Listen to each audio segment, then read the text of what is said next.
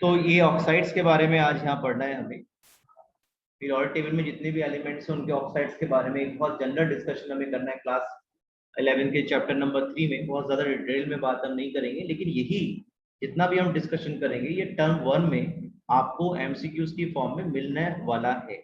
देखिए, अगर हम स्टार्ट करें फर्स्ट ग्रुप के एलिमेंट से, जो कि हाइड्रोजन है, then we have lithium, then we have sodium, potassium, rubidium, cesium and francium। तो ये जितने भी आपके एलिमेंट्स हैं फर्स्ट ग्रुप के, ये सभी आपके ऑक्सीजन से रिएक्शन करके उनके रेस्पेक्टिव ऑक्साइड्स, पर ऑक्साइड्स एंड सुपर ऑक्साइड्स बनाते हैं। अब आप सोचेंगे पर कहां से आ गया, सुपर क्या हो गया, वो भी आप समझिए। अगर लिथियम की हम बात करें तो लिथियम बनाता है ऑक्साइड Li2O, यानी कि ऐसे ऑक्सीजन के कंपाउंड जिसमें ऑक्सीजन का ऑक्सीडेशन नंबर -2 होता है, वो ऑक्साइड फॉर्म कहलाती है। ज्यादातर आपको जो कंपाउंड्स हैं वो ऑक्सीजन की -2 ऑक्सीडेशन स्टेट में मिलते हैं। देखो ये कंपाउंड कैसे बना है ये मैं आपको बता देता हूँ। यहाँ पे लिथियम की वैलेंसी है 1 और ऑक्सीजन की वैलेंसी कितनी है 2। मैंने कल वाला टॉपिक जब पढ़ाया था तो आपको बताया था आज के सिनेरियो में जो ऑक्सीडेशन नंबर है और वैलेंसी उसको लगभग सेम तरीके से डील करते हैं। तो अगर कोई आपको क्लास 9th में कंपाउंड बनाते समय प्लस का चार्ज माइनस का चार्ज भी लगाया है तो उसको अदरवाइज ना लीजिएगा। तो आपको मालूम है जब भी कंपाउंड बनते हैं तो ये वैलेंसीज जो है वो एक्सचेंज हो जाएंगी। तो ये 1 कहाँ जाएगा O के साथ और 2 आ जाएगा बच्चों Li के साथ, तब ये कंपाउंड बनेगा आपका Li2O। क्लियर है सबको? तो वो सारे कंपाउंड जिसमें ऑक्सीजन का ऑक्सीडेशन नंबर O-2 रहेगा, यानी कि -2 रहेगा, वो कहलाएंगे आपके ऑक्साइड्स। इसी तरह से जो सोडियम है, अगर वो ऑक्सीजन के साथ कंबाइन करेगा तो वो बनाएगा Na2O2। और यहाँ पर जो स्पीशीज है जो सोडियम के साथ कंबाइन कर रही है दैट इज O2-1। और ये जो O2-1 स्पीशीज है बेटा, ये कहलाती है, सॉरी O2 पर 2 नेगेटिव चार्ज है यहाँ पर, ये जो O2 पर 2 नेगेटिव चार्ज है, ये जो स्पीशीज है ये कहलाती है आपकी पर ऑक्साइड। ये आपका पर ऑक्साइड आयन है। और कंपाउंड कैसे बना होगा ये मैं आपको अभी दिखा देता हूँ। देखिए, सोडियम की वैलेंसी 1, राइट, और ये जो पर ऑक्साइड आयन है O2, इस पे कितना चार्ज है 2 नेगेटिव है। ये तो ये सुपर ऑक्साइड आपका, सॉरी पर ऑक्साइड आयन है बेटा ये। तो जब वैलेंसीज इंटरचेंज होंगी तो क्या होगा Na2O2।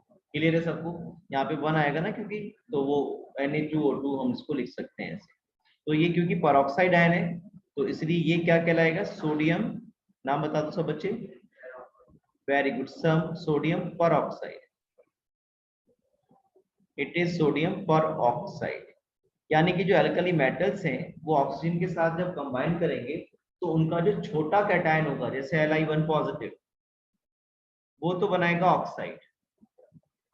उससे बड़ा जो कैटायन है Na पॉजिटिव, वो बनाएगा पर ऑक्साइड।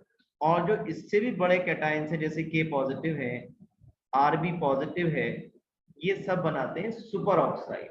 ठीक है, यानी कि पोटेशियम जब कंबाइन करेगा तो वो बनाएगा बेटा KO2। क्या बनाएगा KO2।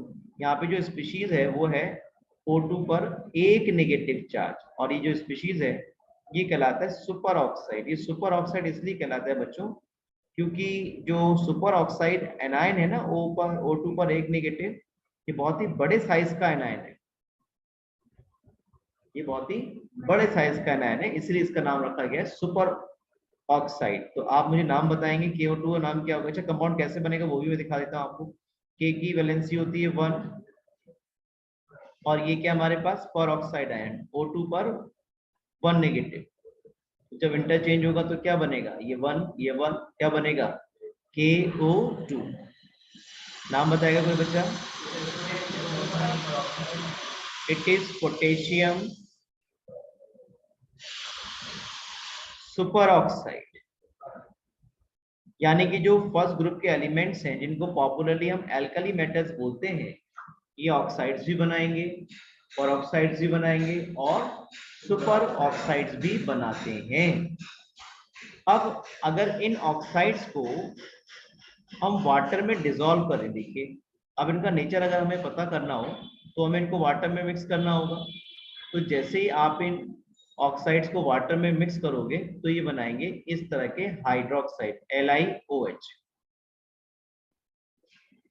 ये हो गया लिथियम हाइड्रोक्साइड। क्या हो गया? Lithium hydroxide. अब आपको समझ में आ रहा है जहां भी OH ग्रुप होते हैं वो तो बेस होते हैं, तो इसलिए क्योंकि ये एल्कली मेटल के जो ऑक्साइड्स हैं वो वाटर में डिसॉल्व करने पर एल्कलीज प्रोड्यूस करते हैं, बेसिक सॉल्यूशन प्रोड्यूस करते हैं, इसलिए हम इन एलिमेंट्स को एल्कली मेटल्स बोलते हैं। आपको याद आ रहा है फर्स्ट ग्रुप के जितने भी एलिमेंट्स हैं एक्सेप्ट हाइड्रोजन, इसे मत लपेटो इसमें, है ना, हाइड्रोजन की बात अलग करेंगे। हालांकि हाइड्रोजन भी H2O भी बनाता है जो कि एक न्यूट्रल ऑक्साइड है, और H2O2 भी बनाएगा जो ऑक्सीडाइजिंग एजेंट और रिड्यूसिंग एजेंट दोनों की तरह काम कर सकता है। ठीक है, तो आपको ये सीखना होगा कि हम फर्स्ट ग्रुप के एलिमेंट्स को एल्कली मेटल्स क्यों बोलते हैं। एल्कली मेटल इसलिए बोला जाता है क्योंकि इनके जो ऑक्साइड्स है ना वो वाटर के साथ जब आप मिक्स करोगे, वाटर कैसा है खुद में बेटा? न्यूट्रल। तो अगर वाटर में मिक्स करने पर कोई भी सब्सटेंस एल्कली प्रोड्यूस कर रहा है, बेसिक सॉल्यूशन प्रोड्यूस कर रहा है, इसका मतलब वो कंपाउंड खुद कैसा है? बेसिक नेचर का है। तो वाटर तो खुद में न्यूट्रल है ना, तो वाटर के साथ मिक्स करने पर अगर एल्कली प्रोड्यूस हो रही है, बेसिक सॉल्यूशन प्रोड्यूस हो रहा है, तो ये बात कंफर्म हो गई जो सॉल्यूशन आप वाटर के अंदर मिक्स कर रहे हो वो खुद कैसा है? बेसिक नेचर का है, राइट। इसी तरह से आप परऑक्साइड को भी पढ़ सकते हो, तो वाटर के साथ रिएक्शन करेगा तो क्या बनेगा, वो रिएक्शन भी आपको मैं लिख के दिखा देता हूँ। जैसे अगर कोई परऑक्साइड है Na2O2 है, अगर ये वाटर के साथ कंबाइन करेगा तो ये दो स्पीशीज बनाएगा। एक तो बनाएगा NaOH मेटल का हाइड्रोक्साइड, और साथ में बनाएगा H2O2। क्या बनाएगा? H2O2 से बैलेंस कर लेंगे बात को। और अगर पर ऑक्साइड यानी कि सुपर ऑक्साइड, सॉरी, अगर सुपर ऑक्साइड जैसे कि KO2 है वो वाटर के साथ अगर आप मिक्स करोगे तो तीन स्पीशीज बनेंगी। एक तो बनेगा उस मेटल का रेस्पेक्टिव हाइड्रोक्साइड यानी कि KOH, और दूसरा बनेगा आपका परऑक्साइड यानी कि H2O2 हाइड्रोजन परऑक्साइड, और साथ में डाई ऑक्सीजन गैस भी रिलीज होगी। तो बहुत आसान है याद करना। मैं फिर से आपको देखो याद करने की तरकीब भी बता देता हूँ। जो हमारे पास ऑक्साइड्स हैं वो अगर वाटर के साथ मिक्स करोगे तो वो केवल क्या बनाएंगे? हाइड्रोक्साइड्स ही बनाएंगे। जो हमारे पास परऑक्साइड्स हैं वो वाटर के साथ मिक्स करने पर दो कंपाउंड बनाएंगे, एक तो हाइड्रोक्साइड और एक हाइड्रोजन परऑक्साइड। और अगर आप सुपर ऑक्साइड्स को वाटर के साथ मिक्स करोगे तो तीन कंपाउंड्स बनेंगे, एक तो उसका रेस्पेक्टिव हाइड्रोक्साइड बनेगा, एक H2O2 बनेगा, और तीसरा क्या बनेगा आपका? O2 बनेगा। ठीक है, तो ये बात कंफर्म होती है इक्वेशन से कि जो एल्कली मेटल्स हैं, सॉरी जो फर्स्ट ग्रुप के मेंबर्स हैं उनके ऑक्साइड्स कैसे हैं? बेसिक नेचर के। अब क्वेश्चन हमारे पास यहाँ पे आ जाता है कि भाई क्यों लिथियम ने ऑक्साइड बनाया, क्यों सोडियम ने परऑक्साइड बनाया, और क्यों पोटेशियम, रुबिडियम, सीजियम जैसे जो बड़े मेटल्स हैं वो सुपर ऑक्साइड्स फॉर्म करते हैं। तो देखिए इसका रीजन ये है कि जो छोटा कैटायन है बच्चों, जो छोटा कैटायन है यानी जो स्मॉल कैटायन है वो स्मॉल एनायन के साथ ही कंबाइन करके स्टेबल कंपाउंड बनाता है, स्पेशल स्टेबल स्पीशीज बना पाता है। और जो लार्ज कैटायन है वो लार्ज एनायन के साथ कंबाइन करके स्टेबल कंपाउंड बनाता है। S S small small, cation small, anion small, stable compound. L L large cation, large anion, stable compound. तो क्योंकि ये जो ऑक्साइड आयन है ये स्मॉल है और ये Li पॉजिटिव भी कैसा है? स्मॉलर कैटायन है, तो इसीलिए जो स्मॉलर कैटायन है वो स्मॉलर एनायन से ही कंबाइन करता है।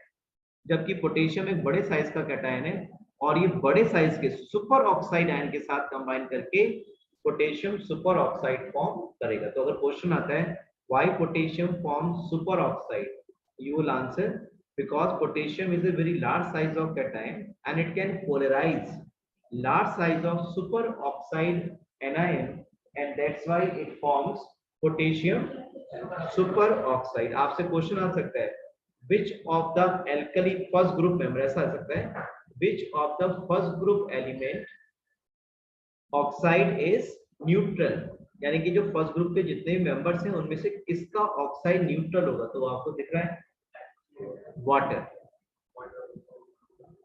वाटर तो न्यूट्रल है ना, पीएच कितना होता है 7 होता है। आई होप जो डाटा आपके साथ यहाँ शेयर किया है वो आपको बात क्लियर हो गई है कि जो एल्कली मेटल एल्कली मेटल्स हैं ये ऑक्सीजन के साथ रिएक्शन करके अपने कैटायन के साइज के according oxides, peroxides and superoxides form कर सकते हैं। अब हम बात करते हैं आपके साथ अल्कलाइन अर्थ मेटल्स के बारे में, यानी कि सेकंड ग्रुप के एलिमेंट्स के बारे में लिखूं। सेकंड ग्रुप के एलिमेंट्स की अगर हम बात करें तो वो कौन कौन से मेंबर्स रहेंगे हमारे पास, कुछ याद हो गए आपको? अब तो चैप्टर पढ़ते हुए काफी टाइम हो गया। Beryllium, yes, very good. Magnesium, then calcium, then strontium, then very good barium and then radium. Radium क्योंकि रेडियो एक्टिव एलिमेंट है तो उसके ऑक्साइड के बारे में बात नहीं करेंगे। तो ये जितने भी एलिमेंट्स आपको दिखाई पड़ रहे हैं सेकंड ग्रुप के, they form only oxides, they form only oxides. जैसे बेरिलियम ऑक्साइड, मैग्नीशियम कंबाइन करेगा तो मैग्नीशियम ऑक्साइड, ये CaO क्विक लाइम इसे आप बोल सकते हो, strontium oxide, barium oxide, right, इस तरह के। और जब आप इन्हें वाटर के साथ मिक्स करोगे तो देखिए क्या कंपाउंड बनेंगे, BeOH whole twice, beryllium hydroxide, ये बनाएगा कैल्शियम हाइड्रोक्साइड। सबको नहीं लिख रहा हूं मैं, लेकिन आप समझ पा रहे हो मेरी बात को। और ये बेरियम क्या बनाएगा, बेरियम हाइड्रोक्साइड बनाएगा। तो देखिए क्योंकि जो हाइड्रोक्साइड से इसमें OH ग्रुप है, एल्कलीज हैं ये, तो ये बात कंफर्म हो रही है कि अगर आप न्यूट्रल वाटर में किसी भी मेटल के ऑक्साइड को डिसॉल्व कर रहे हो और एल्कलीज प्रोड्यूस हो रही हैं, तो इसका मतलब वो मेटल के ऑक्साइड कैसे हैं खुद, वेरी गुड, बेसिक नेचर के। और इन सेकंड ग्रुप के एलिमेंट्स को आप पॉपुलरली बोलते हो एल्केलाइन अर्थ मेटल्स। और एल्केलाइन अर्थ मेटल इसलिए बोलते हो आप लोग क्योंकि इनके ऑक्साइड तो बेसिक है ही है, साथ ही साथ ये जो एलिमेंट्स हैं ये अर्थ क्रस्ट में कंबाइंड फॉर्म में मिलते हैं। आप जैसे कैल्शियम की बात करो तो कैल्शियम आपको अर्थ क्रस्ट में कैल्शियम कार्बोनेट की फॉर्म में मिलता है, CaCO3 की फॉर्म में, लाइमस्टोन की फॉर्म में। तो कैल्शियम के साथ कार्बन भी आ गया, ऑक्सीजन भी आ गया, तो कंबाइन हो गए दूसरे एलिमेंट से और उस फॉर्म में नेचर में हमें मिला करते हैं। अब एक बात यहाँ पर हमें और डिस्कस करनी है जो कि फर्स्ट ग्रुप के एलिमेंट्स के लिए भी एप्लीकेबल है। देखिए अगर हम इनके बेसिक कैरेक्टर को डिस्कस करें कि इन सब में सबसे ज्यादा बेसिक कौन है, तो ये बात इस बात पे डिपेंड करेगी कि कौन सा सब्सटेंस कितनी आसानी से OH नेगेटिव को रिलीज कर देगा। जो जितनी आसानी से OH नेगेटिव को रिलीज कर देगा उसका बेसिक कैरेक्टर उतना ही ज्यादा होगा। आपको मैं थोड़ा सा देखो हिंट दे रहा हूँ, ये Be bond OH bond length है बच्चों, ये Ba bond OH bond length, बताओ सबसे आसानी से बॉन्ड कौन सा टूटेगा,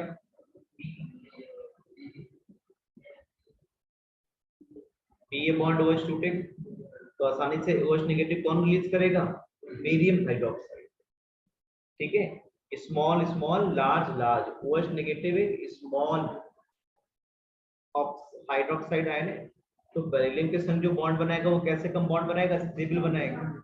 और जो बेरियम के साथ बनाएगा कैसे बनाएगा, थोड़े से कम स्ट्रेच बनाएगा और OH नेगेटिव को आसानी से रिलीज करने की पोजीशन में रहेगा। ऐसा आप बोल सकते हो कि जब आप टॉप टू बॉटम चलोगे तो चाहे फर्स्ट ग्रुप के एलिमेंट्स हो या सेकंड ग्रुप के एलिमेंट्स हो, दोनों के जो हाइड्रोक्साइड्स हैं उनका basic character top to bottom चलने पर इंक्रीज करेगा, तो आप यहाँ एरो पे लिख सकते हो basic character of oxides and hydroxides, क्या लिखे, increases basic character increases down the group. जब भी आप ये वीडियो देखें तो थोड़ी सी स्पीड बढ़ा लेंगे, जिससे कि आपको थोड़ा कम टाइम में चीजें जल्दी से रिकैप हो जाएंगे। Basic character increases down the group. जब आप टॉप टू बॉटम चलोगे तो बेसिक कैरेक्टर क्या होगा, बढ़ेगा। लेकिन यहाँ पर ही एक ऐसा एलिमेंट प्रेजेंट है जो एसिड और बेस दोनों तरह के ऑक्साइड्स बनाता है, यानी कि वो एम्फोटेरिक बिहेवियर शो करता है, और वो हमारे पास कौन है, बेरिलियम ऑक्साइड। आपने क्लास 10 में पढ़े हुए amphoteric oxides which can react with both acid as well as base, तो वो ऑक्साइड्स क्या कहलाते हैं, एम्फोटेरिक ऑक्साइड कहलाते हैं। यानी कि बेरिलियम जो है एम्फोटेरिक ऑक्साइड है, जो एसिडिक और बेसिक दोनों कैरेक्टर शो करता है। और अगर आपको याद आ रहा हो, जो 13 ग्रुप का एक एलिमेंट है हमारे पास एल्यूमिनियम, 13 ग्रुप का एक एलिमेंट है हमारे पास एल्यूमिनियम, उसके साथ ये डायगनली रिलेशनशिप शो करता है, जिसे हम बोलते हैं diagonal relationship. Beryllium, boron, aluminium, ये हमारे पास सेकंड ग्रुप का एलिमेंट है, ये 13 ग्रुप के एलिमेंट्स हैं। तो ये बेरिलियम और एल्यूमिनियम एक दूसरे के डायगोनली सिचुएटेड रहते हैं, और डायगोनली सिचुएटेड होने की वजह से बहुत ज्यादा केमिकल प्रॉपर्टीज में एक दूसरे के साथ रिजेंबल करते हैं।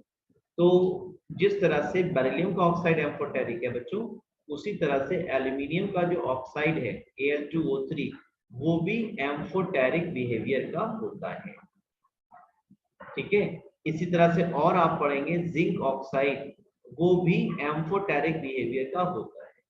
इसी तरह से आप और पढ़ेंगे टिन ऑक्साइड, ये भी एम्फोटेरिक बिहेवियर का होता है। यानी कि आपसे बहुत ज्यादा लंबे समय तक, यानी कि 11th 12th उसके बाद जो जेई नीट आप देंगे, उसके बाद कुछ और कॉम्पिटिटिव एग्जाम देंगे, उन सब में काफी बार क्वेश्चन आता है which of the following oxide is amphoteric in behaviour. तो बेरिलियम ऑक्साइड होगा तो उसको टिक कर दोगे, एल्यूमिनियम ऑक्साइड होगा तो उसे टिक कर देना, जिंक ऑक्साइड होगा तो उसे टिक कर देना, और टिन ऑक्साइड हो तो उसे भी आप टिक कर सकते हैं। और अगर 3 है और पूछे ऑल ऑफ दीज तो वहां पे वही आंसर हो जाएगा। ये भी नोट करेंगे, आपके सामने आपके क्लास 11 की एनसीईआरटी ओपन है, जिसमें एल्यूमिनियम ऑक्साइड और आर्सेनिक ऑक्साइड को भी एम्फोटेरिक ऑक्साइड कहा गया है। तो ये भी बात हम यहाँ पे ऐड कर लेते हैं कि जो आर्सेनिक ऑक्साइड है वो भी एम्फोटेरिक बिहेवियर शो करता है, यानी कि एसिड और बेस दोनों की तरह बिहेव कर सकता है, और एसिड और बेस दोनों से रिएक्शन कर सकता है। तो ये बात रही एम्फोटेरिक ऑक्साइड्स के बारे में, यानी कि beryllium oxide, aluminium oxide, zinc oxide, tin oxide, arsenic oxide, ये सभी आपके एम्फोटेरिक बिहेवियर शो करते हैं। इसी तरह से बच्चों न्यूट्रल ऑक्साइड्स के बारे में अगर हम बात करें, तो न्यूट्रल ऑक्साइड्स अभी तक आपको कौन कौन से पता चले, एक तो पता चला आपको H2O, H2O एक न्यूट्रल ऑक्साइड है। इसी तरह से कार्बन मोनोऑक्साइड भी कैसा है, न्यूट्रल ऑक्साइड है। इसी तरह से NO भी आपका न्यूट्रल ऑक्साइड है, और N2O भी आपका न्यूट्रल ऑक्साइड है। ये बच्चों सब बहुत इंपॉर्टेंट क्वेश्चंस बनते हैं जेई में, जब भी पेपर का स्टैंडर्ड थोड़ा हल्का रखना होता है तो यही सारे क्वेश्चन आते हैं। Which of the following oxide is neutral in nature. तो H2O, CO, NO, N2O में से कोई सा भी आपको दिया हो वो आप टिक कर देंगे। जैसे यहाँ पे देखो बताया भी है, न्यूट्रल ऑक्साइड आपके एनसीईआरटी में लिखा हुआ है CO, NO, N2O, और इस N2O को देख के आपको हंसी भी आनी चाहिए। हंसी इसलिए आनी चाहिए क्योंकि ये आपकी लाफिंग गैस है, तो ऐसी बातें देखते तो नहीं आएगी। अगर आप इसको स्मेल करेंगे तो आपकी जो फेशियल एक्सप्रेशन है वो ऐसे हो जाएंगे जैसे आपको हंसी आती है, और वो भी रहोगे तो लगेगा हंस रहे वैसे। ठीक है, तो कभी आपका कोई दोस्त नहीं मान रहा हो, बहुत रो रहा हो और आपको हंसाना हो, तो N2 नाइट्रस ऑक्साइड का एक सिलेंडर ले जाइए। कहाँ मिलेगी, लेबोरेटरी में भी बना सकते हैं आप। अगर अमोनियम नाइट्रेट को हीट करेंगे ना तो भी अगर आपकी लेबोरेटरी में अमोनियम नाइट्रेट है NH4NO3 अवेलेबल है, तो उसे आप हीट करके अपने दोस्त को अपने पास में खड़ा कर दें, वो हंसना शुरू कर देगा, लाफिंग गैस बनने की वजह से फेशियल एक्सप्रेशन ऐसे हो जाएंगे जैसे कि आप हंस रहे हो।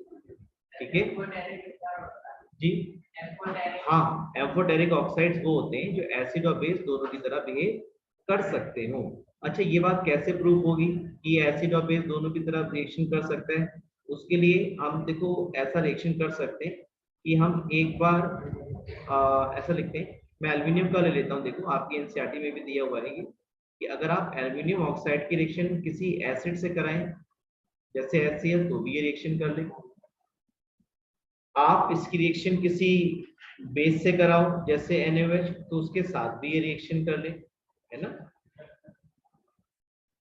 तो ये बात कंफर्म हो जाएगी कि जो एल्यूमिनियम ऑक्साइड है वो एम्फोटेरिक बिहेवियर शो करता है। अगर ये किसी एसिड से रिएक्शन कर पाता है तो ये बेसिक कैरेक्टर को सपोर्ट कर रहा है, अपने बेस की तरह काम कर रहा है, और किसी बेस से अगर रिएक्शन कर पा रहा है तो अपने एसिडिक कैरेक्टर को सपोर्ट कर रहा है, एसिड की तरह बिहेव कर रहा है।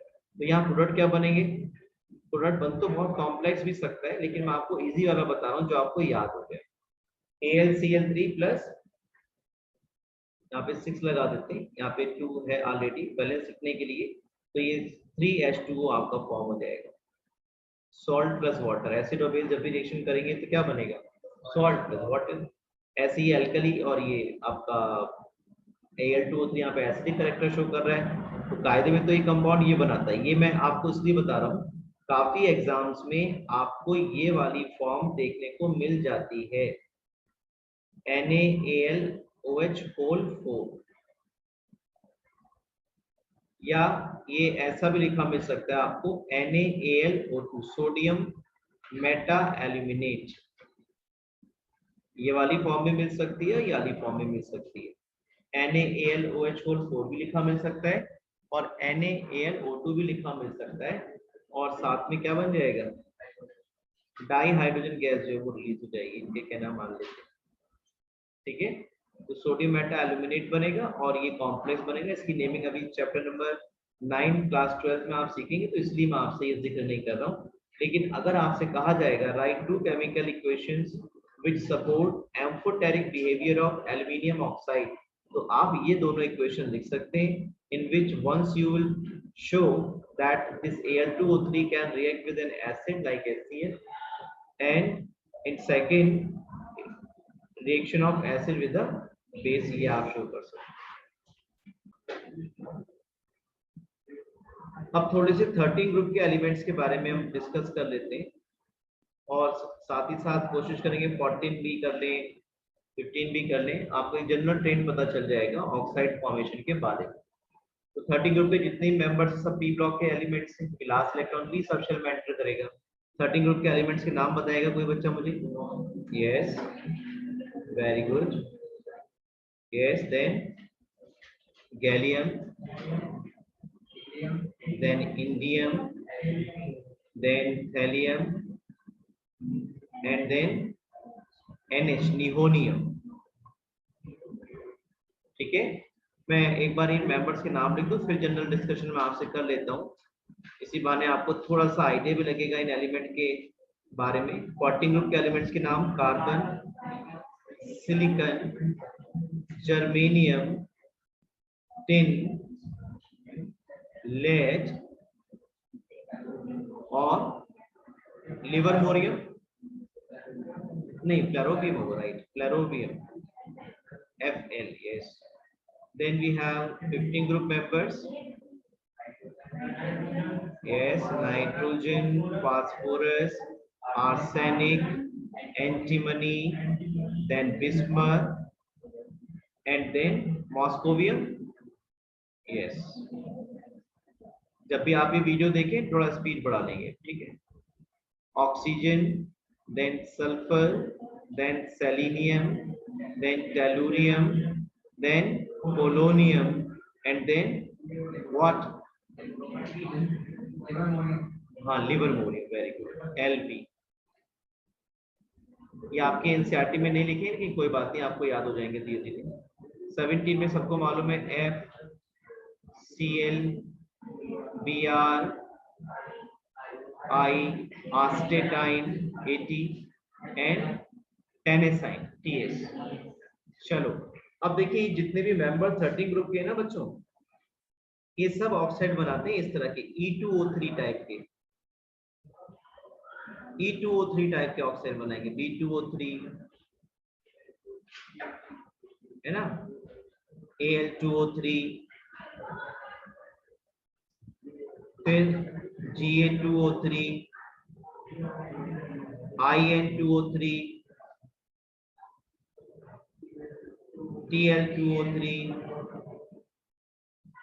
राइट, NH2O3, इस तरह के ये ऑक्साइड्स बनाएंगे।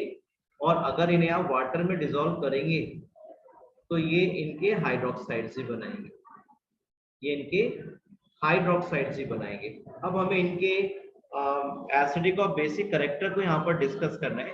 सब बच्चे ध्यान से देखिए, जब आप टॉप टू बॉटम चलते हो तो मेटालिक कैरेक्टर बच्चों बढ़ता है ना। जब आप टॉप टू बॉटम चलते हो तो इलेक्ट्रोनेगेटिविटी डिक्रीज होती है ना, इलेक्ट्रोनेगेटिविटी कम होगी यानी कि इलेक्ट्रोपॉजिटिव कैरेक्टर बढ़ेगा। इलेक्ट्रोपॉजिटिव कैरेक्टर का मतलब है इलेक्ट्रॉन को लूज करके पॉजिटिव चार्ज गेन करने की टेंडेंसी बढ़ेगी, और ये टेंडेंसी किसकी होती है, मेटल्स की होती है। तो इसलिए जब आप टॉप टू बॉटम चल रहे हो तो मेटालिक कैरेक्टर बढ़ता है बच्चों। और मेटल के ऑक्साइड्स कैसे होते हैं, क्लास 10 में काफी बार पढ़ा है आपने, बेसिक नेचर के होते हैं। और देखना alkali metals, alkaline earth metals सब कैसे थे, बेसिक नेचर के थे। यानी कि टॉप टू बॉटम जब आप चलोगे तो ऐसा आप बोल सकते हो बेसिक कैरेक्टर, बोलो यस, बेसिक कैरेक्टर, मैं शॉर्ट में लिख दे रहा हूं, बेसिक कैरेक्टर इंक्रीजेस। यानी कि जो ऊपर के एलिमेंट्स हैं उनके कम बेसिक होंगे, या ऐसा बोल सकते हैं उनके कैसे होंगे, एसिडिक होंगे। और होता भी एक्चुअल में ये है, जैसे बोरोन B2O3 है बेटा, इसका क्या होगा, एसिडिक होगा। इसे वाटर में डिसॉल्व करोगे ना तो ये बनाएगा बोरिक एसिड। जब भी आप बोर होते हो तो कैरम पे बोरिक एसिड छिड़क के खेलते हो, बोरिक एसिड आप कैरम पे स्प्रेड करते हो तो काफी स्लिपरी होता है ना, H3BO3 उसका फॉर्मूला होता है, क्या होता है, H3BO3, वो एसिडिक नेचर का होता है। तो बोरॉन क्योंकि एक नॉन मेटल है इसीलिए इसका ऑक्साइड कैसा है, एसिडिक नेचर का है। और जब आप इसे B2O3 को वाटर में डिसॉल्व करोगे तो आपको H3BO3 जो कि एक एसिड है, बोरिक एसिड इसका नाम है, वो आपको मिलता है। और में आप देखेंगे जो यूनिट्स होती है BO3 2 नेगेटिव की, वो एक दूसरे के ऊपर स्लिप कर सकते हैं। BO3 2 नेगेटिव की जो यूनिट्स है, मैं आपको स्ट्रक्चर बना के दिखाता हूँ। जब आप बोरिक एसिड को स्प्रेड करते हो ना, ये बोरिक एसिड है आपके पास H3BO3, तो इसमें जो यूनिट्स हैं ये H3BO3 वाली, ये आपस में एक दूसरे के साथ H बॉन्डिंग से अटैच रहते हैं, दूसरे जो बोरिक एसिड के मॉलिक्यूल्स हैं उनके साथ। इसकी वजह से वो एक दूसरे के ऊपर स्लिप कर सकते हैं, और स्लिपरी नेचर जो है बोरिक एसिड का रहता है। फिर आप समझ रहे हो एल्यूमिनियम ऑक्साइड तो मैंने अभी बताया आपको कैसा रहता है, very good, amphoteric behaviour show करता है Al2O3। और बाकी के जो ऑक्साइड्स हैं सब कैसे रहेंगे आपके, हाँ बेसिक रहेंगे। यहाँ मैंने कार्बन का बताया आपको, ये कैसे बनाएंगे, ये बनाते हैं बेटा EO2 टाइप के ऑक्साइड्स। कैसे बनाएंगे, EO2 टाइप के ऑक्साइड बनाते हैं। EO भी बना सकते हैं, जैसे कार्बन CO भी बना सकता है, CO2 भी बना सकता है, याद आ रहा है आपको। तो कार्बन मोनोऑक्साइड कैसा है, एसिडिक, बेसिक या न्यूट्रल, न्यूट्रल। अभी मैंने आपको बताया कार्बन मोनोऑक्साइड कैसा है, न्यूट्रल, और CO2 कैसा है, एसिडिक। ठीक है, CO2 कैसा है, एसिडिक, क्योंकि जब ये CO2 वाटर के साथ मिक्स करोगे तो बन जाएगा H2CO3, कार्बोनिक एसिड। ठीक है, H2CO3 कार्बोनिक एसिड बन जाएगा। तो सिलिकॉन का ऑक्साइड कैसा रहेगा, SiO2। कई कॉम्पिटिटिव एग्जाम में क्वेश्चन आता है which of the following is not an element, तो वहां पे ऑप्शन में लिखा होता है सिलिका। तो बच्चे समझते हैं कि ये Si के बारे में बात हो रही, तो भाई Si तो एलिमेंट है, लेकिन जो सिलिका है वो कंपाउंड है जो सिलिकॉन ऑक्सीजन के साथ कंबाइन करके बनाता है। यानी कि सिलिका जो है वो एलिमेंट नहीं है, क्या है, कंपाउंड है। जो रेत होता है सैंड, वो सिलिका ही है। आपके अर्थ क्रस्ट में सबसे ज्यादा जो अबंडेंट एलिमेंट है कौन है, ऑक्सीजन है, और ऑक्सीजन के बाद दूसरे नंबर पे कौन है, सिलिकॉन। आपको रेता जो है, सिलिका जो है, दुनिया के हर कोने में मिल जाएगा। SiO2। तो फर्स्ट जो अबंडेंट एलिमेंट है अर्थ क्रस्ट में वो कौन है? ऑक्सीजन है। और सेकंड कौन सा है? सिलिकॉन। और third aluminium. Very good. Third कौन सा है? एल्यूमिनियम है। Very good. तो देखो मैंने अभी आपको बताया ये SnO कैसा है? एम्फोटेरिक। एक बार क्वेश्चन आया जेई में और उसमें जो बच्चों को well known amphoteric oxide known थे वो नहीं दिए गए, ये दिया गया टिन का। ठीक है, तो टिन का ऑक्साइड कैसा होता है? एम्फोटेरिक बिहेवियर होता है, इस बात को ध्यान रखेंगे। अब मैं जरा बात करता हूँ 15 ग्रुप में, मैं आपसे केवल अच्छे अच्छे पॉइंट जो पूछे गए हैं लास्ट ईयर्स में वो डिस्कस कर रहा हूँ। ये जितने भी एलिमेंट्स हैं ये जनरली E2O3 या E2O5 टाइप के ऑक्साइड बनाते हैं। दो तरह के ऑक्साइड बनाते हैं, E2O3 और E2O5 टाइप के ऑक्साइड ये बनाते हैं। जैसे मैं आपको छोटा सा एग्जांपल दे देता हूँ, N2O3 और N2O5। जरा मुझे बताओ N2O5 क्या एग्जिस्ट करेगा? क्या N2O5 एग्जिस्ट करेगा? कल डिस्कस किया था हमने जब हमने वैलेंसी कोवैलेंसी डिस्कस की थी। यस सर, करेगा। NCl5 डिस्कस जो एग्जिस्ट नहीं करता है। याद आ गया? वहां क्वेश्चन कंफ्यूज करने के लिए क्लास 12 की एनसीईआरटी में पहला क्वेश्चन दिए 7.1 एग्जांपल टी ब्लॉक एलिमेंट में N2O5 exist but NCl5 does not exist। तो यहाँ पे NCl5 में नाइट्रोजन की कोवैलेंसी कितनी है? 5, which is not possible। Nitrogen due to the lack of d atomic orbital cannot exceed its covalency beyond 4। तो वो 5 बॉन्ड नहीं बना पाएगा नाइट्रोजन NCl5, लेकिन N2O5 बनाएगा। क्योंकि N2O5 में अगर आप देखोगे तो नाइट्रोजन की कोवैलेंसी कितनी होती है? मैक्सिमम 4, वही शो करता है। देखो ये स्ट्रक्चर है N2O5 का और आप इसमें काउंट कर लो, एक नाइट्रोजन एटम कितने बॉन्ड बना रहा है? मैक्सिमम 4 ही तो बना रहा है, तो 4 तो बना सकता है ना, इसलिए N2O5 एग्जिस्ट करेगा। ऐसे P2O3 P2O5 ये सब रहेंगे बेटा। ठीक है, अच्छा अब आप मुझे ये बताओ नाइट्रोजन फास्फोरस, अभी देखा आपने आर्सेनिक ऑक्साइड क्या लिखा हमने हमारे एनसीईआरटी ने? एम्फोटेरिक। ये भी एक इंपॉर्टेंट बात है। आर्सेनिक ऑक्साइड कैसे है? एम्फोटेरिक बिहेवियर नेचर का है। और टिन ऑक्साइड मैंने आपको बता दिया, आपके एनसीईआरटी में नहीं लिखा, लेकिन टिन ऑक्साइड एक बार क्वेश्चन आया है, एम्फोटेरिक बिहेवियर शो करता है। तो यहाँ पर भी क्या होगा? टॉप टू बॉटम जब चलोगे तो बेसिक कैरेक्टर क्या होगा? बढ़ेगा। बेसिक कैरेक्टर क्या होगा? बढ़ेगा। अब एक बड़ा इंपॉर्टेंट क्वेश्चन यहाँ पे बनता है, वो इंपॉर्टेंट क्वेश्चन क्या है? सब बच्चे सीखो, काफी बार आपको क्लास 12 की एनसीईआरटी में मिलता है और आपको यहाँ भी मिलेगा, कॉम्पिटिटिव एग्जाम्स में मिल सकता है। क्योंकि आपका टर्म फर्स्ट का एग्जाम आपके स्कूल हो सकते हैं ऑब्जेक्टिव कराएं तो उसमें आने के चांसेस ज्यादा रहते हैं इस तरह क्वेश्चन। देखिए क्या क्वेश्चन है, out of P2O3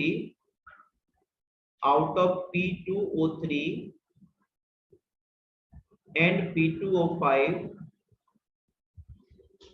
which is more acidic। मैंने आपको जैसे बताया ना 15 ग्रुप के एलिमेंट +3 ऑक्सीडेशन स्टेट भी शो करते हैं।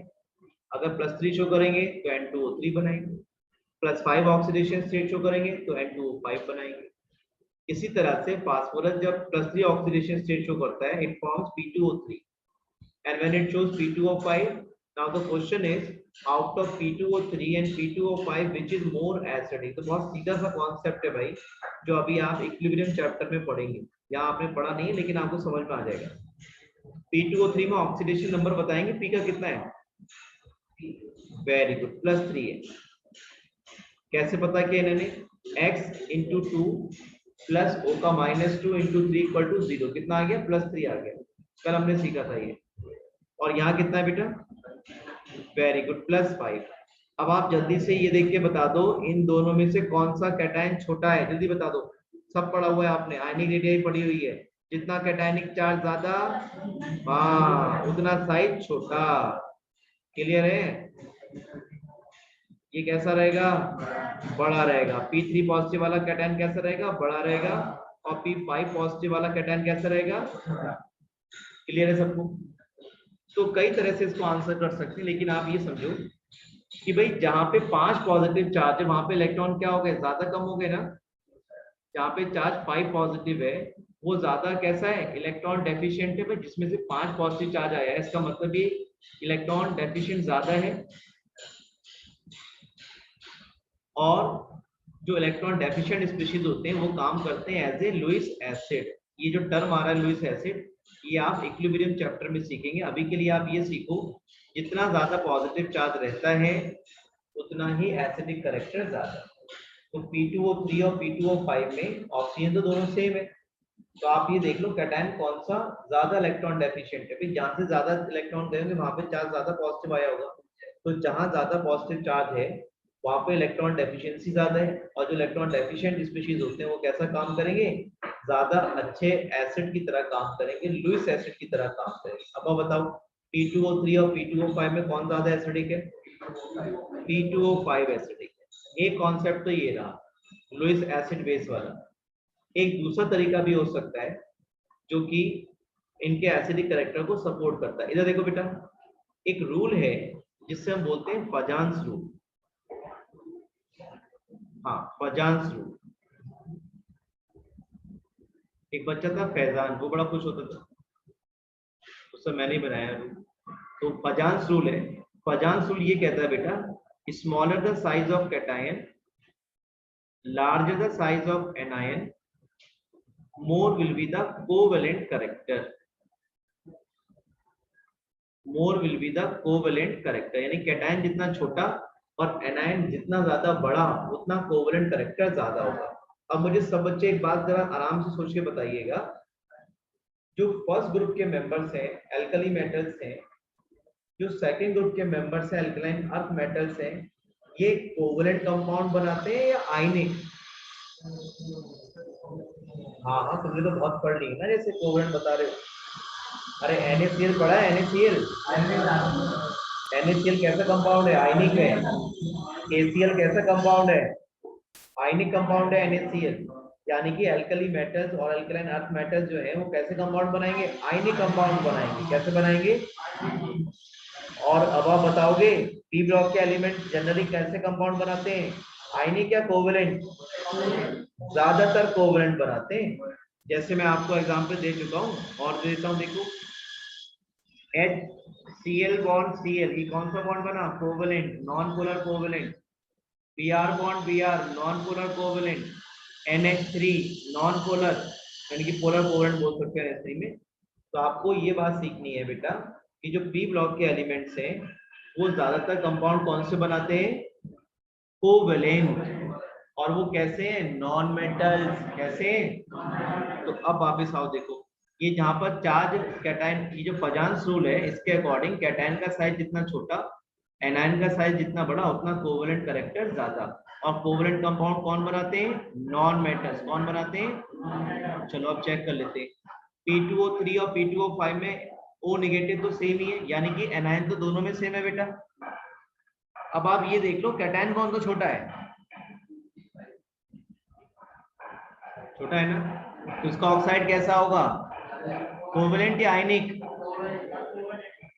कोवेलेंट, ज्यादा कोवेलेंट। और कोवेलेंट कंपाउंड कौन बनाते हैं? और नॉन मेटल के ऑक्साइड कैसे होते हैं?